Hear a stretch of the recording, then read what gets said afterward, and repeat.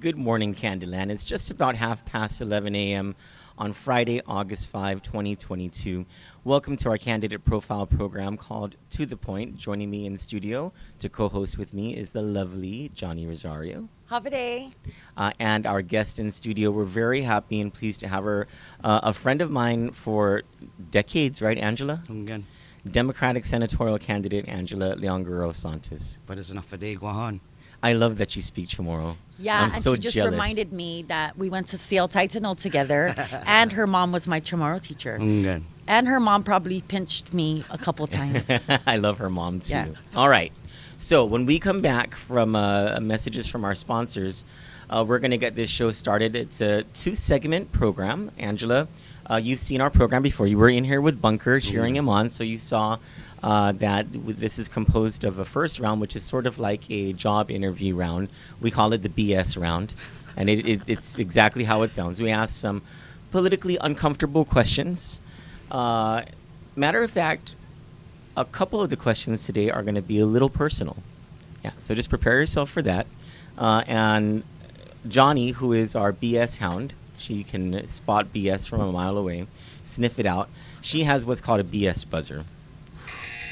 And if she believes that your answer is less than sincere, she will punch that buzzer. Now, what we're looking at in the BS round is not so much the content of your answer, but whether you're being sincere to our audience. And from there, that's where our audience can decide whether to trust what you have to say about the issues that we'll bring up in the second round. So when we come back from these messages from our sponsors, we'll get started with the BS round.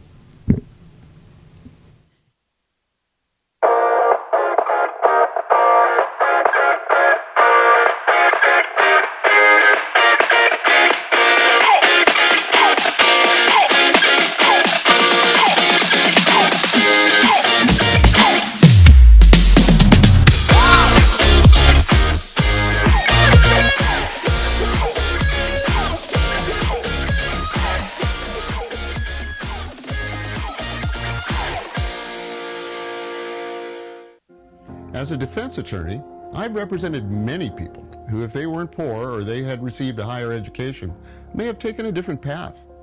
As senator, I will propose a scholarship for those whose struggles are less academic and more financial. Let's keep our university full, not our prison. I'm Thomas Fisher. I not only approve this message, I wrote it. Paid for by Tom for Guam, Drake Diaz, Treasurer.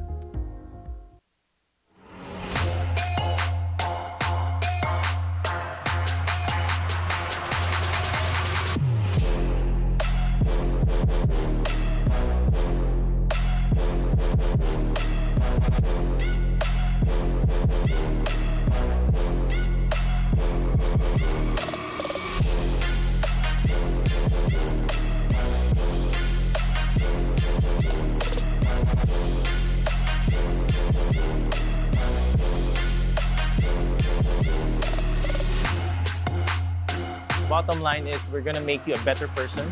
You're going to be healthier and fitter than you were before.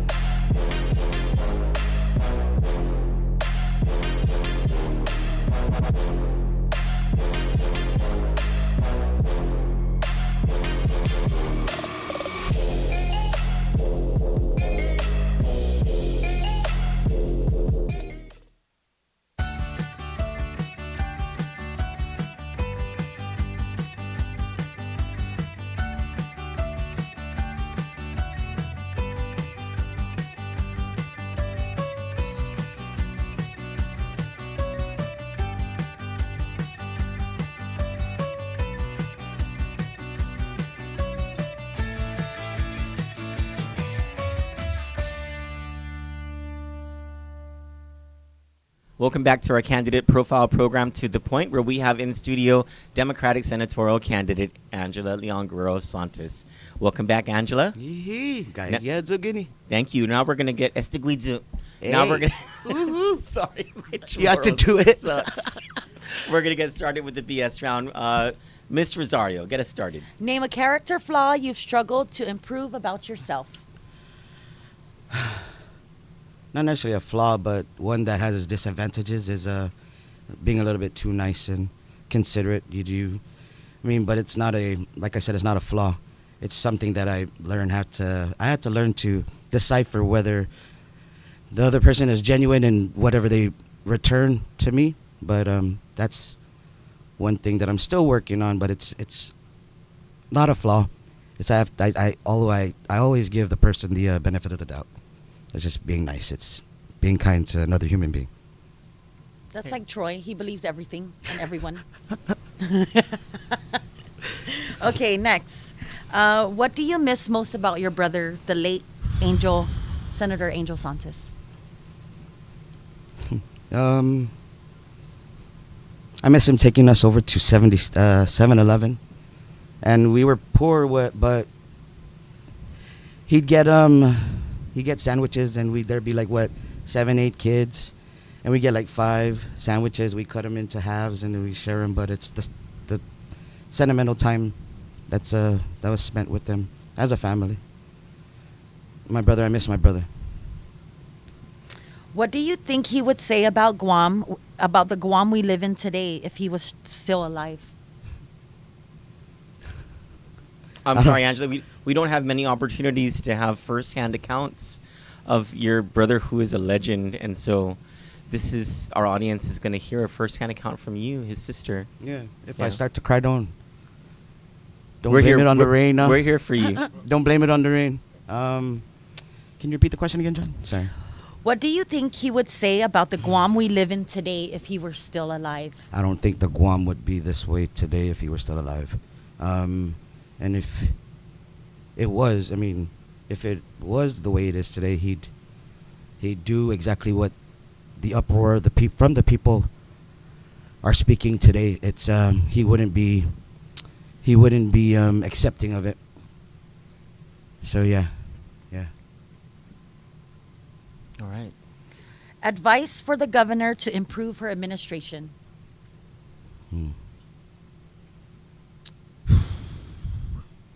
I'd have to speak through with experience on this. As I sat on the Land Trust Commission, and there's no director, the full-time director there. So the advice that I'd want to give our Magahaga Lou is place competent people and people who care about our people in the government in those positions that will do the job and diligently and do their fiduciary duty to our people of Guam. Well, that's the most direct answer we received on that question. Yeah, I love it. Thank you so much, Angela, for passing this BS round. I do have one question for the BS round that's not on the paper. Okay. Are Barragata drivers objectively better drivers than Dededo drivers? You can't compare that. There's so many people have Dededo, but I'd have to be biased in this and say yes. You have passed the BS round. Represent, baby, Barragata. When we come back from these messages from our sponsors, we're going to get to issues and the issues that are important to you, our viewers here at Kandit. They range from corruption to crime, jobs, and the economy, the Medical Malpractice Mandatory Arbitration Act, public education, and of course something that Angela Santos touched on briefly, and that's the Chamorro Land Trust when we come back from these short commercial breaks.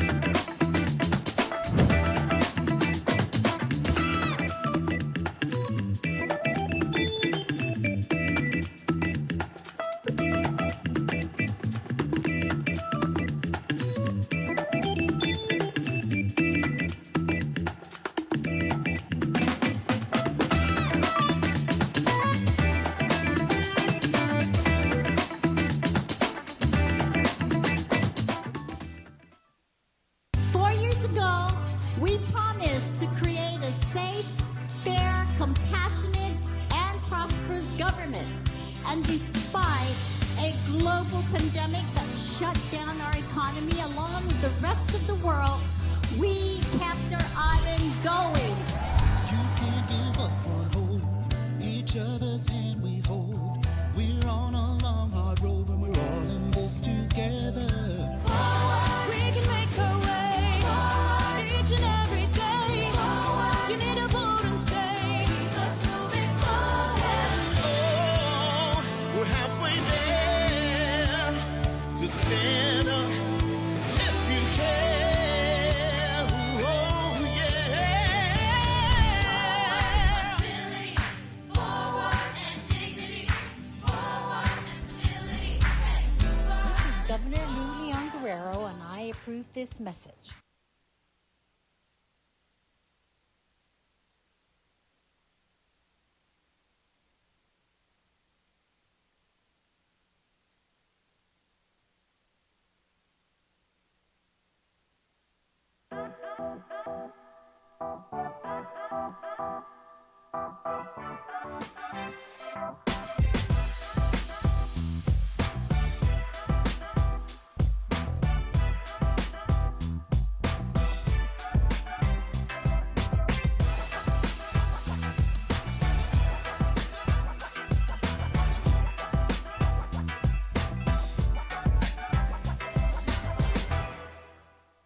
Welcome back to our candidate profile program, To the Point, where we have in the studio Democratic senatorial candidate Angela Leon Guerrero Santos.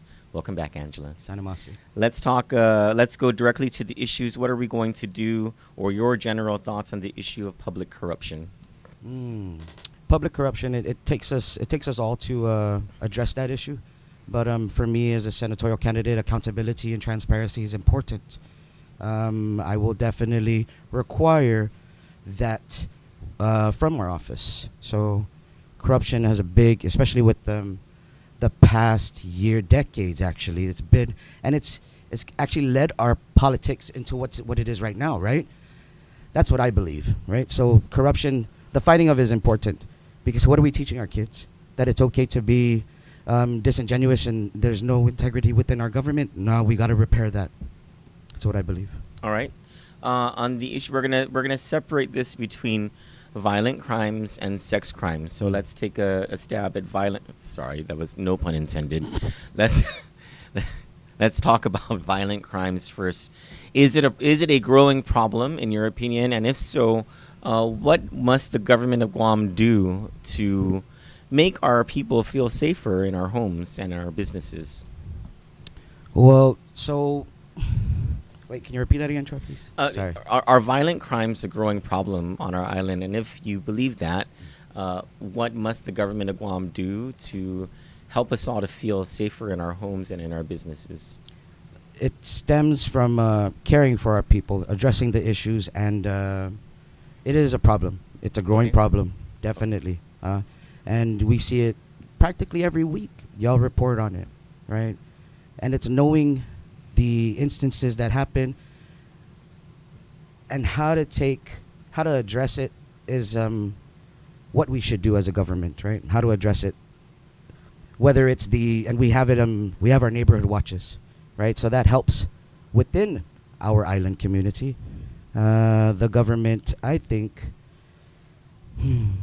should have a neighborhood watch within our GPD and the connections with GPD and the neighborhood watches, right? To get that link and that information. And our family members are work for GPD. We have family members who work for GPD. So they have that connection with the local the communities. And, well, I think just a stronger bond between the community neighborhood watches and the GPD. So you're supporting a more of like a government mandated, GPD. You must work with these neighborhood watch programs to provide information and to integrate, this basically watching out of everybody's homes. Yeah, definitely. That's the cooperation that we need as an island community to keep safe. That's an interesting concept. The first time I've actually heard that. And very interesting. Okay, now let's move on to sex crimes. Sex crimes, we know, is a growing problem. Are there any solutions? We need to. What I want to do, right, is as part of my platform is work on our systems of care. Okay. Right? Sex crimes. we see people getting off so quickly, or we see nothing. We hear of things not even being reported because they might be related to us or whatnot, right? We want to hold that integrity, or not integrity, but whatever it is for our, as if they might be our family member. I don't want to be disgraced in that name, right? But nah, man, come on, we got to break off of that stuff already. There are too many people getting injured and too many people being ashamed for coming out, right? So, what was it? Sex crimes and what? How? What? Sorry about that. Just Troy. sex crimes. You know, You're on the right track. Okay. the rape of women and Oh children. yeah, no, and- definitely. yeah. So their sentences should be more stricken. Okay. Hold them more. I mean, of course, we can't let them off easy, and we got to make sure that they're being held accountable to the fullest extreme. Chalo, you better not. We are definitely even as having a little sister, but when you grow up, right? Hey, you're not gonna have a boyfriend until you're like 25 or when you get married, you know. But it's we take care of our kids, famagon, especially, you know. So yesterday I reported on this man who was accused in Superior Court, and when we look at his history, he's already on the sex offender registry. He was convicted for. He was a convicted 7-year-old, twice, right? 7 and 12-year-old. Both girls. There was 3 victims. Oh, wow. This third one was a 13-year-old. No, now this third accusation Is the 4th victim. is the 4th victim, Allegedly. and she was 13 years old. And you know, I was reiterating on the show that people need to look at this sex offender registry and know who's around them. You know, so I just wanted to remind people that, you know, we have the resources to figure out what's around you, who's around you. You know, we just gotta do extra work. You're right. Right? Right. Yeah. Yes, we do. I just yes, we do. Yeah. Barragata has very few sex Yeah, offenders I living think there, they right? had 9. Yeah. Biba Barragata. Eva Barragata. No, but it also has to do with their mayor and vice mayor. You guys have a wonderful system going on there. You know, the community watch there is great too. Yes. You know, so Oh, I love my business Tautau neighbors. Yeah. I love them so much. Yeah. You're right. Barragata does have. it does take a the mayor and the community. vice mayor there are really like they're on it. Yeah. And it also helps that you know, there are not many new residents in the area, right? And we have been residents for like the longest time. We grew up with each other. Not many people moved out of Barragata to sell their houses for new people to move in. You got to factor that in too. This is not on the list of issues, but you know, now that we've brought up the mayor and vice mayor of Barragata and the good work that they do, let's talk about what are your thoughts on Guam's mayors and vice mayors? Do we need to support them more? What your thoughts?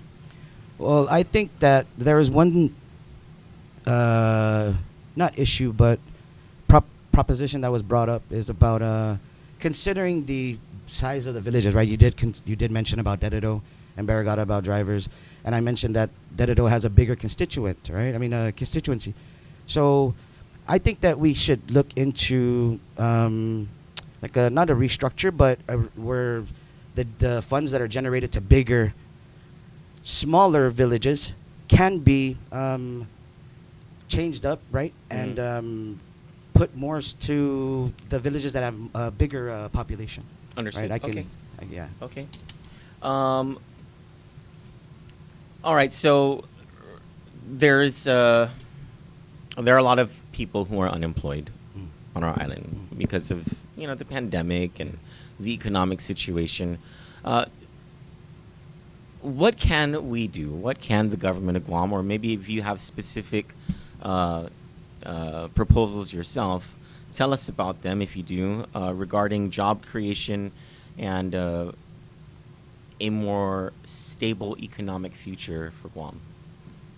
I believe that our people are our economy, right? Our people. If we take pride in ourselves and we have the abundance of land, right? We sit on an island, and it's ours. It belongs to us. Talk to us right? more about They- that they land ch- thing. I'm sorry. Yeah, talk to us more about this land thing. Well, just the land, the property. We have land trust, right? We have land trust property that we can that we can use as a resource to plant, so we can provide and sustain ourselves in the future. But we have to start now. So with me, I want to work on the law for the land trust right now, and restructure it to fit our needs today, right? So I think that by sustaining our land with the produce and starting now, it'll benefit us in the long run, say, to where if the ships don't come in, and we've already had that. We've experienced that, a shortage in supplies in our grocery Just stores. recently, just about a month ago, very much yeah. recently, right? But the thing is, it's starting now, right? We must not look as planting or farming as a chore. And they've already started, there's groups and nonprofits that have started in that direction. GSC, Farm to Table, the Farmers Co-op. So we've gotten the process already started. Let's continue it and make it stronger for the whole island. In general, so okay, you've already married the issue of the economy and what to do with the land trust lands. So okay, is there anything more that you wanted to say about land trust lands? Before we move on. Not at the top of my head, no. Right now, yeah. Okay, Sorry. okay. What is your, or do you believe that in general, there should be reform of the Medical Malpractice Mandatory Arbitration Act? Yes, I do. Okay. And lastly, what are we going to do to improve public education? Ooh. We were just talking about that last night. I was talking about that with my brother and my sister-in-law and another candidate. We were talking about the person in charge, but also what how the teachers produce, right? If you don't give them, if their morale is low, then they don't, and then this goes with everybody who works in a job and who works as a team, right? With other members or other employees. You work as a team. If your morale is low, your production is going to be low. So if they don't feel like they matter, then the work they put out won't be as sufficient and as fun for the kids, right? Mm-hmm. So we have to give our teachers reasons to believe in that our system does care about them, and then that trickles down to the students. The students learn more. The graduates, we produce more graduates to be able to go out and be productive citizens of the island, right? In whatever way they can achieve more when they have a high school diploma. You can go to college. So it's just the thought of you do matter. What you're learning is going to benefit you. So it starts from the teacher down to the famagun, and then they go on. As a senator, would you be willing to sacrifice resources elsewhere in the government of Guam in order to provide public school teachers the resources they need so that they would feel like they mattered, so that their morale was increased? I believe that the teachers spend their own money, so I think that the teachers need a tax break. Give them okay. that much, because they spend out of their own pocket. Ah, You know? interesting. Yeah. So a tax break for teachers. A tax break for the teachers. Nice. Very nice. I like I the like that. sound of tax break. Yeah. Can you make tax Viva. break for media people as well? I'm just kidding. All right. You know what? You just went through that, blew right through that with all direct answers to the point. Hi. Now, this is the part of the program where we ask you to look into your camera right there and speak directly to our audience. And can you speak in Chamorro too? Because I love that Me whole thing. too. Yeah. Buenas noches, Gohan. Guau si Angela Santos. Hu fafaisin amjo para kosinya amjo na support tijo. Guau I numero 8 gi Democratic na banda gi ballot. Hafade everybody in Guam. My name is Angela Santos. I am asking for your support and your trust in giving me one of your votes to represent you in the legislature. I'm number 4 on the Democratic side of the ballot. Sainamasi. Thank you so much. Can I? Oh, I just yeah, want to of know, course. like, what have you been doing? You know, like, I want to know a little bit more. Oh, okay. Okay. Yeah, I just want to know, like, Good what question. you've been doing. You know, where you're, yeah. Okay. Well, the past 3 years, I worked with Senator Rogel. I resigned last year in December, and other than that, besides that, I sat on the Land Trust Commission for the past year and a half as a commission member, and leading up to that, I got sick in June, got down with COVID. I tried to address a few issues in the Land Trust. I figured I couldn't do it in the position that I had been in, so I decided to run for senator. I resigned from there, filed the candidacy packet, and running for senator. It took me. It's been a month and a few weeks, right? So what I've been doing in the meantime since, I've picked up the ball and just ran. I wanted to touch base with Mama and Nina and ask for their blessing first. And then I've been just reconnecting with people. Like we've known each other since elementary. So I've grown and I've forged bonds with people. So I'm just reconnecting those bonds. And many of them know my platform, but they already know that it has to do with the caring of our people and restoring the systems of care on our island, right? And thank you for that, Johnny. I really appreciate that. Okay, Very much I so. just wanted to know more. Yeah, I appreciate that. Well, thank you so much, Angela, for joining us today. Our audience appreciates your candor and the information you provided to them about your stances on the issues, and I'm pretty sure they appreciate your answers in the BS round. Very nice. And I'm voting for you. Sinamasi. Same here. Sinamasi. For Kandit News, I'm Troy Torres. And I'm Johnny Rosario. Have a wonderful day. Sinamasi, Kandit.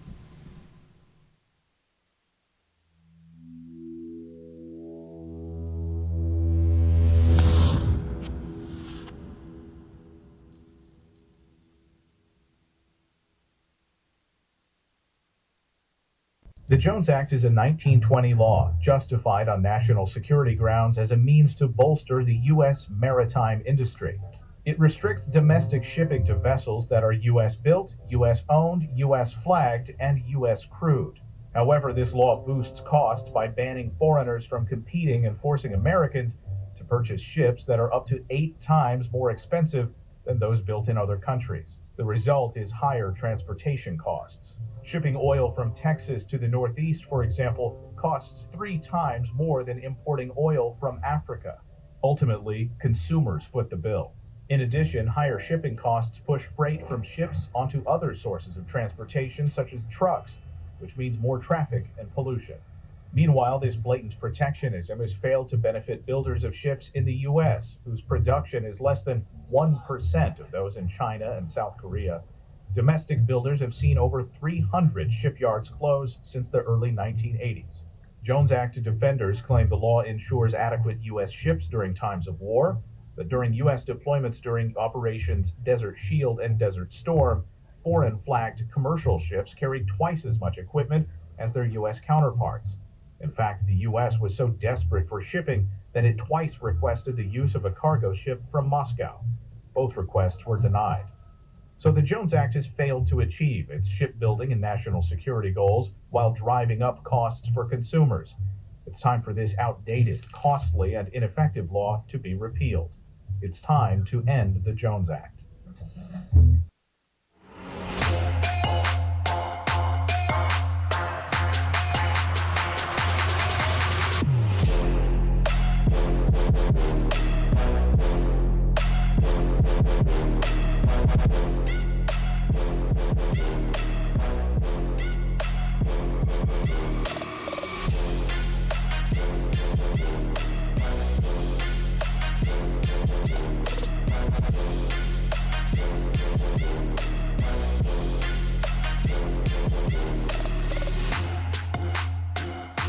I feel that this environment is for anybody that wants to try something new.